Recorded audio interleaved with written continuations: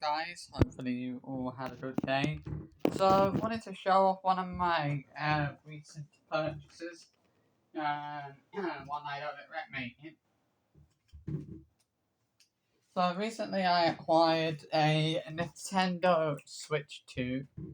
I knew before these things came out that I wanted to get myself one. Um, Obviously next month when my money goes in again, I'll get some games for this.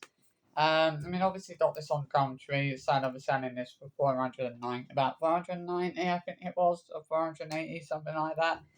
It was funny. It's at the start of the week, Monday. I was looking on Gumtree to see if anyone in the local area was selling a Nintendo Switch 2. I came across one guy on the Isle of Dogs.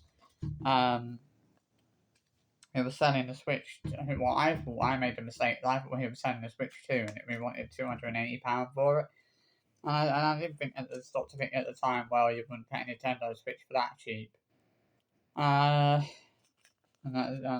Obviously, when I messaged the guy on Thursday, it was a Switch, not a Switch 2 that he was selling. So I messaged another guy that lived in my end,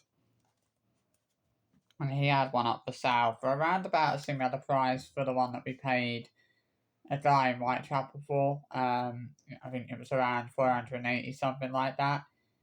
But when we expressed interest on that one, he put the price up to just over £500. He was now asking for just over £500 because we expressed interest in that particular console. He put the price up, and that's how you know that sellers are not quite legit. They're not, they're a bit of a con artist if they do things like that. Like if you express interest in something and then they put the price up, which is what that seller did the other day. He originally had a Switch 2 console listed at £480. We then expressed interest in buying it from him, and he put the price up to 500, so just over 500 quid. You know, so you know that seller was a bit dodgy, if he's doing things like that. Because a legit seller wouldn't do things like that. A legit seller wouldn't put the price up on something if someone had expressed interest in it. No genuine seller does that. Obviously we managed to get that one from Whitechapel. The guy that was from a guy that lived in Whitechapel. He delivered it to our house Thursday evening. It saves me getting one off eBay. To be honest, I was a bit kind of, do I want to take the risk? Don't I want to take the risk? And then I just decide, I thought, you know what, I'm not gonna chance it. I'm not gonna take that risk.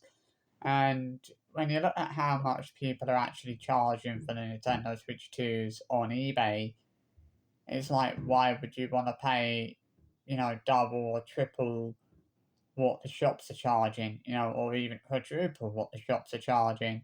It's like, why not, why would you not just want to pay for one in the shops rather than buy one off eBay? And I wouldn't take a risk, in paying so much money for something like that from eBay. I don't have a problem with paying for like cheaper consoles and video games and DVDs and books and things like that from eBay. Um, but I wouldn't take the risk of paying nearly 700 quid for a Nintendo Switch 2 from there because there's so many dodgy sellers on it. You've got to be really careful, and you've got to you don't know for definite if you're going to get the thing that's actually being advertised. You could pay, 800 quid for a Nintendo Switch from someone to get something completely different, so it's like, why would you want to take that risk? Which is why my first avenue or my first port of call was to look at Gumtree because you tend to get more success on there. Really, you do still encounter the odd occasional con artist like the one that we encountered on Thursday who put the price up on the Nintendo Switch 2 after we'd expressed interest in it. Which is a bit of a scummy thing to do. Obviously he'd originally had it marked up at about 480. We expressed interest in it, and then he put the price up to just over 500 quid. That's how you know that person's a con artist. They wouldn't, a genuine seller wouldn't do that. A genuine seller wouldn't put the price up on something when a person had expressed interest in buying it. Um, that's how it is. At the end of the day, I mean, I'm glad I got the Switch too. You know, I mean, I got the original Switch as well. And the good thing is, like, the majority of Nintendo Switch games are backwards compatible with the Nintendo Switch 2, so that's a plus plus. You know, I think it saves me, you know, at least I don't have, well, I won't get rid of the Nintendo Switch games I had anyway, because I've still got the original Nintendo Switch console to be able to actually play them on if I wanted to, so I don't necessarily need to get rid of them, but, you know, if it wasn't for the fact that I didn't have the Nintendo, if I didn't have the Nintendo Switch, and they weren't backwards compatible, I'd have to get rid of them, or wouldn't I? But, you know, I've got about 30 odd games there that I would have to get rid of. I would, if I had to get rid of them, I'd probably take them to CEX. I mean, I got a bit pissed off actually with CEX yesterday because I went in there. Was a couple of games. I mean, I found, funny enough, I'd seen two games I wanted, and they were on eBay. And when I went into, and I think it would hunt about 40 odd quid for the two games I wanted. But when I went into CEX on yesterday, I found the two games I wanted, which was the Minecraft Story Mode game and also Hillzone Shadowfall. So the Minecraft Story Mode game was 12 quid, it must be 12 quid, and the Hillzone Shadowfall game was £2.50. Which is, you know, mega cheap for a PlayStation 4 game. You know, you don't get many PlayStation 4 games that are quite that cheap. And obviously, you know, it's the only one on the shelf. So, and then I saw that they had Minecraft there, like the original Minecraft game, but they wanted 30 quid for it. And I was like, no, I'm not paying 30 quid for the day, you know, for Minecraft, for the game. Especially when you think about the fact that you can actually get the original actually get the original Minecraft on PlayStation Store for about 15 quid, 15, 16 quid. It's like, why would you want to pay, it's like, why would you want to pay £30 for a game you can get for half the price on the PlayStation Store, which is what I did yesterday. Instead of buying it in store, which I didn't have the money for it anyway, as I only had 20 quid on me, but it's a shame that it's a shame that I didn't have another 30 odd quid on me because if I had 30, another 30 odd on me, I would have picked that Minecraft up. But you know, I mean, I guess. Although I mean, as I said, why would I pay £30 for the game and get it for 15 on PlayStation Store? I've done a little go on it this morning actually. Minecraft.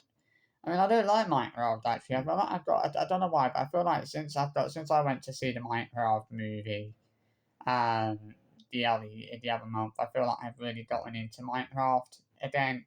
I mean, I used to like it a little bit when I was in secondary school, and then I sort of lost interest in it. But um, I remember, you know, a lot of the kids in the school, in the school, were playing Minecraft at the time.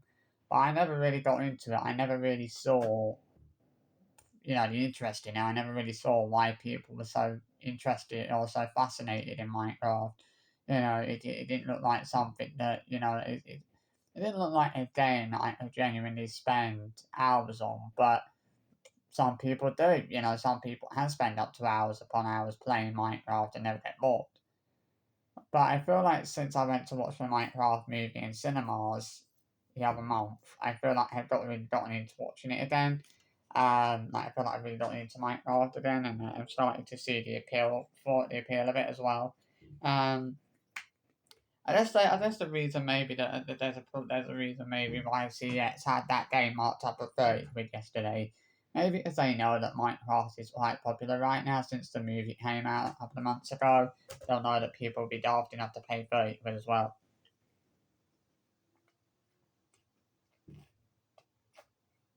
I mean, that's why, you know, when you look at like whenever a new console comes out, and you look at the prices that these scalpers charge for the consoles eBay.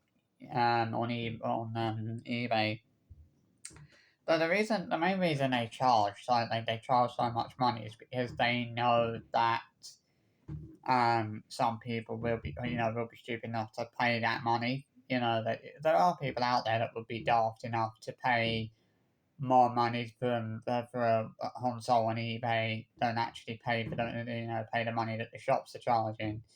I'd rather buy one in the shops because at least then I'd know that that it was all like paying or working and everything. You know, it's just like, why would you want to take the risk of buying something like a Nintendo Switch 2 from eBay anyway? Because at the end of the day, it's not a risk that I think anyone should be willing to take. I think that it is massively risky. Wanting to spend all that money, on something like that from eBay. It's just not worth taking the risk. If you get scammed, that's a lot of money to lose. And you don't want to lose all of that money to a scammer. You don't want to be left completely up the shit if you've lost 700 quid to a scammer. You know, so you just got to. I mean, you've got to be so careful, though. I guess. It's like it's just when it comes to things like the Nintendo Switch 2, it's just not worth the risk buying one from eBay, is it? There's so many scalpers on there charging double, triple, even quadruple what the shops are charging, and there's a lot of scammers there as well that might scam you out of using out of your money, and you don't want to take that risk.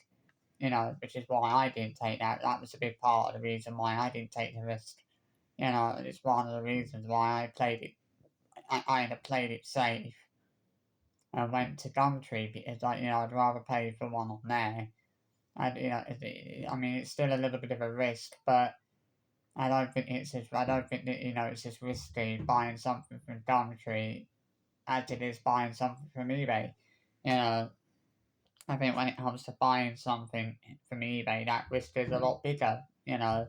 Um, but then I mean, obviously, I didn't realize how expensive the Nintendo Switch 2 games were. But as I said, I'll get a few when my money goes in next month. I was thinking of getting the Donkey. There's a new Donkey Kong game coming out next month for the Switch 2. I'll get that. I want to get Street Fighter 6, and I want to get Super Mario Heart World as well. And that when obviously my money goes in again in about 4 weeks' time. Um, but yeah, I'm happy I got it. I was worried that the seller wasn't going to turn up with it. That was my fear. I was like, what? I was like, yeah, but what if he don't turn up? But thankfully he did.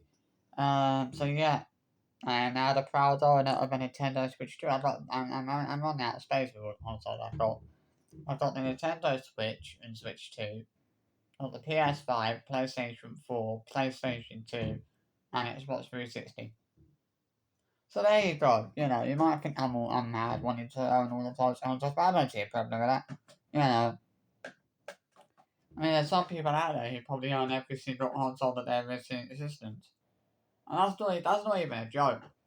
There are probably a lot of people out there who do actually own every single console that is probably in existence. To be fair, I'm not gonna go. I'm not as mad as some people are. Going out and wanting to own every single console. I'm happy with the consoles I have. I don't think I need to go out and get any more consoles, and I haven't got any room for them. I mean, at the end of the day, I mean, there have been times where I've been tempted to get a Nintendo Wii. I don't know why. I just really, I really wanted to play Wii Sports again for some reason. Like Wii Sports was a really fun game. I remember I used to enjoy playing that on the Nintendo Wii. Well, I don't know if I'd want to get a Nintendo Wii now, though, to be honest.